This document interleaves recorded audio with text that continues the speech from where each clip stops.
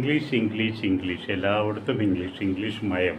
പക്ഷേ ആരും എങ്ങനെയാണ് പറയേണ്ടതെന്നുള്ളതിൻ്റെ ഒരു സ്റ്റൈലുണ്ട്. ആ സ്റ്റൈൽ എന്താണെന്ന് ആരും പഠിപ്പിക്കുന്നില്ല. ഞാനിപ്പോൾ ഓർക്കുന്നത് എൻ്റെ അമ്മ എന്നെ പഠിപ്പിച്ചിരുന്ന ആ സ്റ്റൈലാണ് ഓർക്കുന്നത്. ആദ്യം ഇംഗ്ലീഷ് ആൽഫബറ്റാണ് തുടങ്ങിയത്. ആൽഫബറ്റിൽ തുടങ്ങി ABCDEFG അങ്ങനെ ഉയർത്തി വന്നു. അപ്പോൾ ഞാൻ അമ്മയോട് ചോദിച്ചു, അമ്മ ഇതെന്താണ് ഇങ്ങനെ ഉയർത്തി ഇങ്ങനെ പറയണേ? അപ്പോൾ അമ്മ പറഞ്ഞു, അതാണ് മണി ഇംഗ്ലീഷ് എന്ന് പറഞ്ഞു കഴിഞ്ഞാൽ മ്യൂസിക് ഉണ്ട് അതിനകത്ത്. ആ മ്യൂസിക് കൂടി ചേർത്ത് കഴിയുമ്പോൾ പഠിക്കാനായിട്ട് എളുപ്പമുള്ളൂ. അത് ഞാനിപ്പോൾ വിട്ടു. പിന്നീട് ഞാൻ സ്കൂളിൽ ചെന്നപ്പോഴാണ് എനിക്ക് കേട്ടത്, Jack and Jill went up a hill to fetch a pail of water. എന്നിട്ട് അപ്പോഴെനിക്ക് തോന്നിയാൽ ഇത് കൊള്ളാമല്ലോ, എനിക്ക് മ്യൂസിക് എന്തെങ്കിലും കൊള്ളാമെന്ന് എനിക്ക് തോന്നി. പിന്നീടാണ് കോളേജിലെത്തിയപ്പോഴാണ് എനിക്ക് ഇതിൻ്റെ ഒരു പോഡ്കാസ്റ്റ്, ഏഷ്യൻ പെയിൻസിൻ്റെ ഒരു പോഡ്കാസ്റ്റ് കേട്ട് ഇടയായത്.